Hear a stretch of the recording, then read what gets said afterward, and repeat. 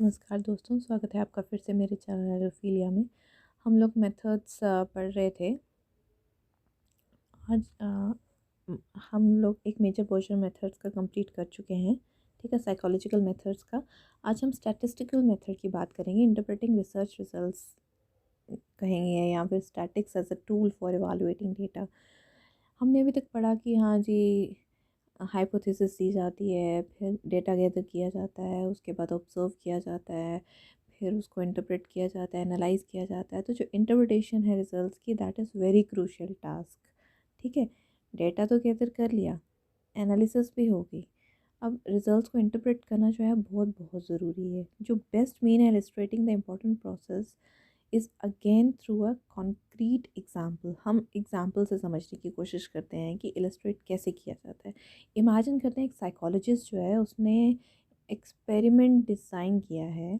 क्यों क्यों डिज़ाइन किया है? कुछ क्वेश्चंस पूछने के लिए, कुछ क्वेश्चंस के ऊपर लाइट थ्रो करने के लिए। Like, do people remember information consistent with their current moods? क्या वो अपने करंट मूड्स के साथ इन्फॉर्मेशन को कंसिस्टेंटली रिमेंबर रख सकते हैं more carefully than information in in inconsistent with these moods? या फिर इन्फॉर्मेशन जो है वो इनकंसिस्टेंट रहेगी उनके अलग अलग मूड्स के साथ? Specifically, do people in a good mood remember positive information?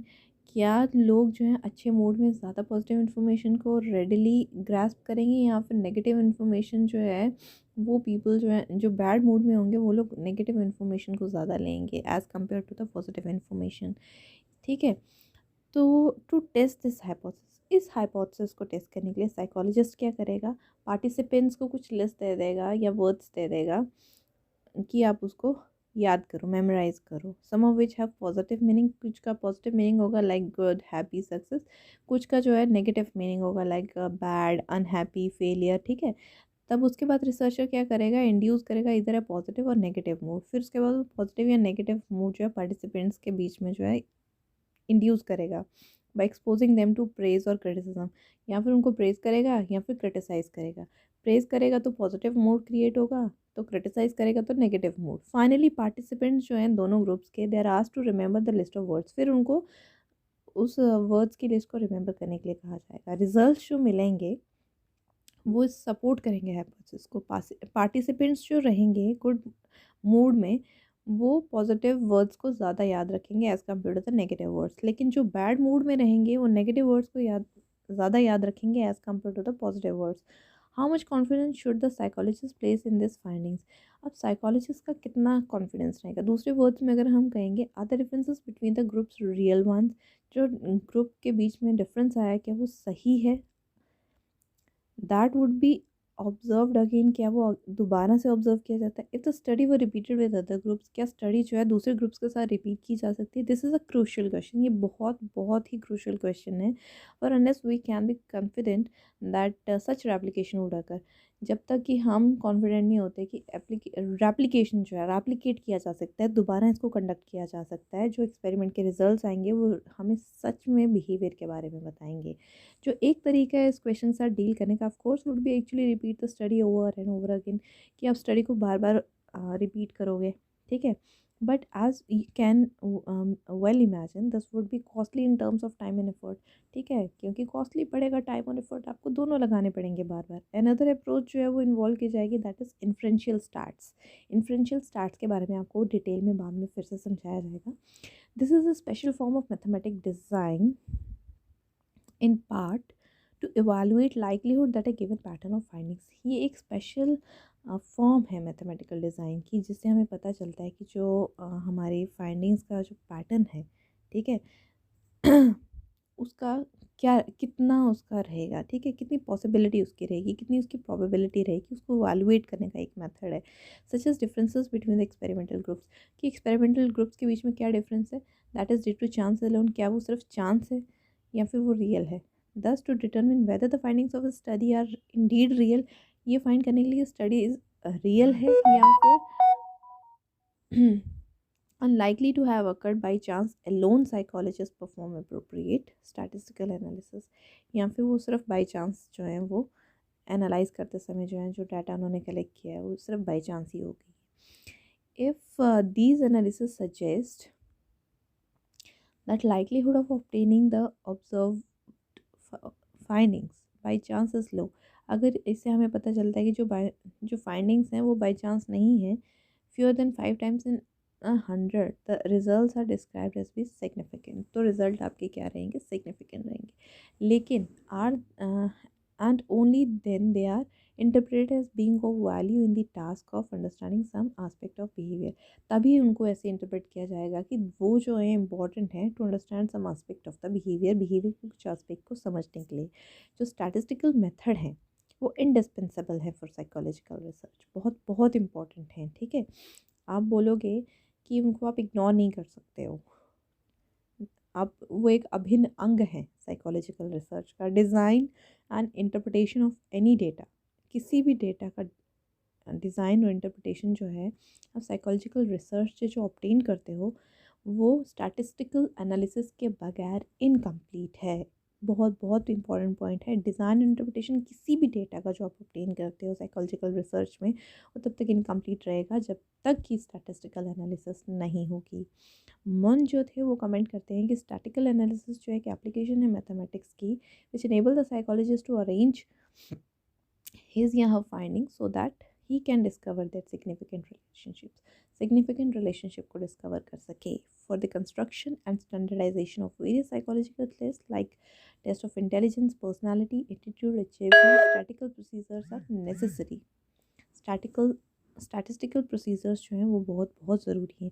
अगर आपने इंटेलिजेंस का टेस्ट लगा रहे हो, पर्सनालिटी का लगा रहे हो, एटीट्यूड का लगा रहे हो, अचीवमेंट का लगा रहे हो, तो स्टैटिस्टिकल मेथड्स बहुत बहुत इम्पॉर्टेंट हैं। अब हम कोरिलेशन मेथड की बात करेंगे जो स्टैटिस्टिकल टेक्निक का सबसे इम्पॉर्टेंट मेथड है। कहते हैं समटाइम्स रिसर्चर्स जो हैं दे वांट टू एक्सप्लोर कि how various factors are related to one another, कि अलग अलग फैक्टर्स एक दूसरे से कैसे रिलेट करते हैं, वेदर और not these factors are correlated, क्या वो एक दूसरे से कोरिलेट करते हैं कि नहीं करते हैं। कि is major surgery correlated with the onset of depression, कि किसी का बहुत बड़ा मेजर सर्जरी हुआ है तो वो डिप्रेशन में चला जाए, कि आपस में इनका कोई लेन देन है। Is being a first born child correlated with high academic achievement, जो पहला बॉर्न चाइल्ड है क्या उसके हाई एकेडमिक अचीवमेंट रहेगी। तो जो कोरिलेशनल रिसर्च है, ठीक है, वो क्या इन्वेस्टिगेट करेगी, पॉसिबल रिलेशनशिप्स को इन्वेस्टिगेट करेगी, डिटरमिन करने की कोशिश करेगी कुछ फैक्टर्स जो हैं क्या वो इकट्ठे सिग्निफिकेंटली रेट करेंगे higher than would be expected to happen by chance. ठीक है, ये फाइंड करने में कि चीज़ें बाय चांस हो रही हैं कि सच में उनका कोई सिग्निफिकेंस है, कि वो रियल है। कोरिलेशनल रिसर्च जो है often deals with the variables that are beyond a researcher's power, एक रिसर्चर की पावर या कंट्रोल से जो परे हैं। कोरिलेशन टेक्निक ऐसे वेरिएबल्स के साथ डील करती है। जो एग्जांपल्स ले लेंगे, एज है, जेंडर है, रेस है। ये जो मेथड है is also useful for studying variables that can not ethically be impose on people, जिनको हम एथिकली लोगों पर इम्पोज नहीं कर सकते। ऐसी स्टडीज़ में भी ये हेल्प करता है for the sake of science, like drug addiction है, फॉर इंस्टेंस इमोशनल अब्यूज़ है। ठीक है, ये सब चीज़ें जो हैं कोरिलेशनल रिसर्च में आप लोग डील कर सकते हो। Instead researchers find naturally occurring instances of such factors and explore whether phenomenon regularly company them, फिर हम नेचुरल फाइंडिंग्स को भी फाइंड आउट करने की कोशिश करते हैं। और ड्रग्स एडिक्ट्स यूजुअली यंग, क्या ड्रग्स लेने वाले यूजुअली यंग ही होते हैं, या फिर या वो ज़्यादा मेल हैं as compare to female drugs लेने वाले। को रिलेशनल टेक्निक में रिसर्च में जो डिग्री ऑफ रिलेशनशिप रहेगी दो वेरिएबल्स के बीच में वो स्टैटिस्टिकली कैलकुलेट की जाती है। और तब ये जो कैलकुलेशन है, स्टैटिस्टिकल कैलकुलेशन है, आप इसको जो भी आएगी आपकी, आप उसको कोरिलेशन कोफिशिएंट कहोगे। एक जो कोरिलेशन कोफिशिएंट है उसको एक नंबर रेंज में रखा जाता है -1 से +1 के बीच में। जब दो वेरिएबल्स जो है कम्प्लीटली अनरिलेटेड है, मतलब उनका आपस में कोई लेना देना नहीं है, अनएसोशिएटेड है। ठीक है, like having major surgeries unassociated with chances of being depressed, surgery से डिप्रेशन का कोई लेना देना नहीं है। ठीक है, दोनों के बीच में कोई एसोसिएशन नहीं है, तो जो को रिलेशन कोफिशिएंट है वो ज़ीरो रहेगा। लेकिन जब वेरिएबल्स फाइंड आउट करेंगे कि change in the same direction, ठीक है, for instance people who have major surgery also tend to suffer depression, जिनकी मेजर सर्जरी हुई है वो डिप्रेशन में जा रहे हैं, तो हम कहेंगे कि पॉजिटिव रिलेशन है उनके बीच में। तो को रिलेशन कोफिशिएंट जो है वो क्या रहेगा, पॉजिटिव नंबर जो है 0 से +1 के बीच में। स्ट्रॉन्गर रिलेशनशिप जो है that is closer to +1। Stronger positive को रिलेशनशिप जो है वो +1 के आसपास रहेगा। अगर पीपल जो है they don't have major surgery do not suffer depression, वो डिप्रेशन सफ़र नहीं करेंगे। जो को रिलेशन कोफिशिएंट है वो मैक्सिमम पॉजिटिव नंबर जो है उसका +1 है। वन वेरिएबल इंक्रीजेस, एक वेरिएबल इंक्रीज़ कर रहा है तो दूसरा डिक्रीज़ कर रहा है, तो तब हम कहेंगे नेगेटिव को रिलेशन है। और जो को रिलेशन कोफिशिएंट है अगर वो नेगेटिव है तो that is between 0 to -1। Here से the variables are inversely related, variables inversely relate करते हैं एक दूसरे के साथ, ठीक है। More of one is associated with less of the other, एक जो है वो दूसरे के साथ। Having maximum major surgery is related to reduce incidence of depression, की मतलब कि मेजर सर्जरी जो है वो डिप्रेशन को रिड्यूस करेगा। तो आप ये क्या बोलोगे, इन्वर्सली रिलेटेड है। अब हम बात करेंगे कि कोरिलेशन टेक्निक है क्या, थोड़ा सा इसको और डिटेल में समझने की कोशिश करते हैं। जो मेथड्स हैं जो हमने अभी तक डिस्कस किए वो सिर्फ हमें डिस्क्रिप्टिव बिहेवियर के बारे में बताते हैं, ठीक है। किसके बारे में बताते हैं, डिस्क्रिप्टिव बिहेवियर के बारे में बताते हैं। लेकिन हमें उससे कुछ ज़्यादा चाहिए, जैसे कि हम बात कर रहे हैं कि कोरिलेशन और एक्सपेरिमेंट्स, ठीक है। कोरिलेशन जो है एक्चुअली एक स्टैटिस्टिकल टेक्निक है जिसकी हमने अभी भी बात की, जिससे हमें न्यूमेरिकल इन्फॉर्मेशन मिलती है और हम उससे इंफॉर्मेशन के पैटर्न के को देखते हैं, ऑब्ज़र्व करते हैं। ये जो मेथड है ये हम लोग बड़े डिटेल में बड़े अच्छे से इसको समझने की कोशिश करेंगे, बिकॉज कोरिलेशन जो है लाइक द एक्सपेरिमेंट की तरह ही बहुत इंपॉर्टेंट है। हमारे पास दो ही ऐसी मेथड्स हैं जिसके थ्रू हम जो है सही सही फाइंडिंग्स निकालते हैं, एक्सपेरिमेंटल मेथड, दूसरा कोरिलेशनल टेक्निक जो है। इनफैक्ट जो डेटा मिलता है डिस्क्रिप्टिव मेथड से just discuss are often analyze using the, उसको हम क्या कैसे एनालाइज करते हैं, कोरिलेशन टेक्निक से ही। जो कोरिलेशन है वो क्या है, कोरिलेशन जो है is a major of relationship between two और more variables, that is what, दो या दो से ज़्यादा वेरिएबल्स के बीच का जो है रिलेशनशिप है उसको जो मेजर किया जाता है दैट इज़ कोरिलेशन। और जो वेरिएबल है वो कोई भी ऐसी चीज़, कोई भी चीज़ हो सकती है जो वेरी करेगी, चेंज करेगी। स्कोर्स हो सकते हैं किसी टेस्ट के, टेम्परेचर हो सकता है रूम का, जेंडर हो सकता है, and so on. For example एक रिसर्चर जो है वो बहुत ही इंटरेस्टिंगली ये फाइंड आउट करने की कोशिश कर रहा है कि सिगरेट स्मोकिंग जो है क्या वो लाइफ एक्सपेक्टेंसी के साथ कनेक्टेड है, कि number of years a person can expected to live, कि लोग लाइफ एक्सपेक्टेंसी मतलब कि इंसान जो है स्मोकर जो है वो कितनी देर तक जिएगा, कितने साल जिएगा। Obviously scientist can't hang out around people who smoke, wait to see how these people die. इतना तो वेट नहीं कर सकते ना, उनको देखेंगे कि हाँ जी कब ये इंसान स्मोक करेगा, कब, फिर वेट करते रहेंगे कब बनेगा, ऐसा नहीं होता। What they will do, they will take a shortcut.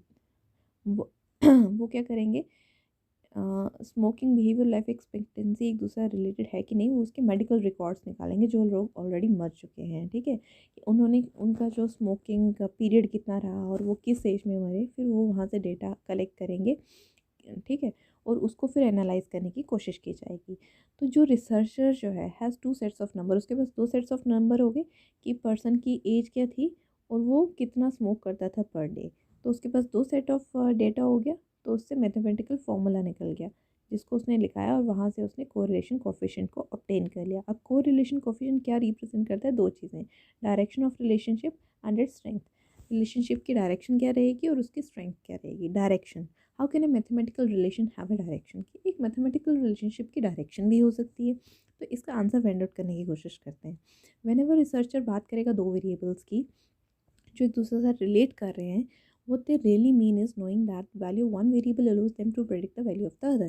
इसका मतलब है कि एक वेरिएबल का अगर उसको पता है तो वो दूसरे वेरिएबल के वैल्यू को इजीली प्रेडिक्ट कर सकता है। फॉर एग्जांपल अगर रिसर्चर स्मोकिंग और लाइफ एक्सपेक्टेंसी को ही रिलेट करने की कोशिश कर रहा है तो they should be able to predict how long someone might live, कि कितना इंसान जो है वो जिएगा अगर उसको पता है कि इंसान जो है पर डे कितना स्मोक कर रहा है। But which way does the prediction work, किस तरीके से प्रेडिक्शन वर्क करेगी। If a person smokes a lot of cigarette, अगर पर्सन बहुत सारी सिगरेट पी रहा है, डज दैट मीन ही और she will live a longer और शॉर्टर वन, कि वो ज़्यादा जिएगा कि कम जिएगा। तो लाइफ एक्सपेक्टेंसी बढ़ेगी कि कम होगी एज स्मोकिंग इंक्रीज होने के साथ साथ। तो इसका मतलब है direction, that's what is meant by the direction. अब मतलब है दैट्स व्हाट मीनिंग, इस ये मतलब हुआ डायरेक्शन का कि बढ़ेगी कि घटेगी, ठीक है, इंक्रीज और decrease, that is what direction of the relationship. In terms of correlation coefficient, इसको आप स्मॉल लेटर आर से रिप्रेजेंट करते हो। जो नंबर है रिसर्चर्स का, get from the formula will इधर भी ए पॉजिटिव नंबर होगा या फिर नेगेटिव नंबर होगा। अगर पॉजिटिव है तो जो दोनों वेरिएबल्स हैं वो increase in the same direction, एक ऊपर जाएगा तो दूसरा भी जाएगा, एक नीचे जाएगा तो दूसरा भी जाएगा। और अगर नेगेटिव रिलेशन है तो दोनों वेरिएबल्स जो हैं उनका इन्वर्स रिलेशनशिप रहेगा, एक इंक्रीज है तो दूसरा डिक्रीज है। Researcher find that the more cigarettes a person smoke, ज़्यादा स्मोक हो रहा है तो younger person when he was और she died, it would mean that correlation between two variables is negative. अगर पर्सन यंग है तो इसका मतलब कि नेगेटिव है, smoking goes up, life expectancy goes down. ठीक है, स्मोक बढ़ता जा रहा है और जीने की जो एक्सपेक्टेंसी है वो कम होती जा रही है। Strength of the relationship between the variables will be determine by the actual number itself. Actual number है इसके लिए जिसकी एक रेंज है +1 से -1, जैसा कि मैंने आपको अभी अभी ऊपर पूरा एक्सप्लेन कर दिया। ग्राफिकली ऐसे रिप्रेजेंट करते हैं इसको, स्ट्रेट लाइन से।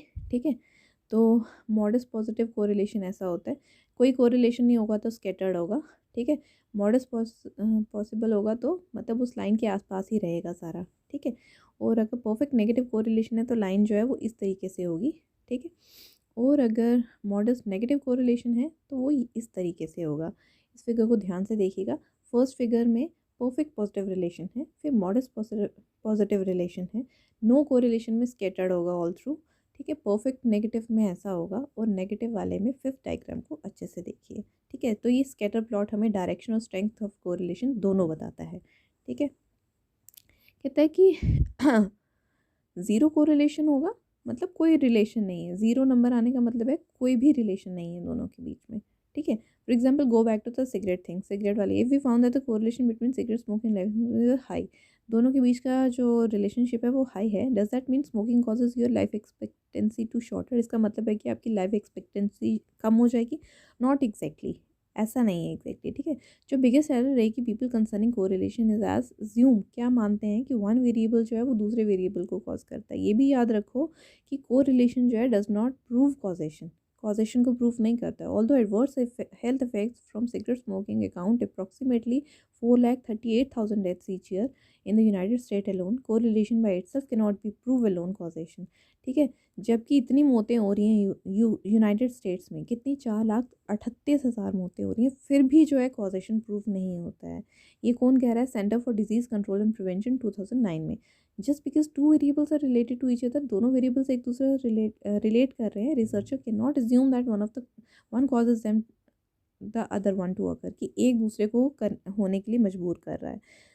दे कुड बोथ भी related to some other variable, हो सकता है किसी और वेरिएबल के साथ रिलेट हैं दोनों। फॉर एग्जाम्पल अगर सिगरेट स्मोकिंग की बात करें लाइफ एक्सपेक्टेंसी की, वो हो सकता है कि who smoke we less likely to take care, link कर सकते हैं कि जो लोग जो है स्मोक कर रहे हैं, ठीक है, वो अपनी हेल्थ का ध्यान भी रख रहे हैं, अच्छा खा रहे हैं, अच्छा एक्सरसाइज कर रहे हैं, ठीक है, जो अच्छे से जी रहे हैं।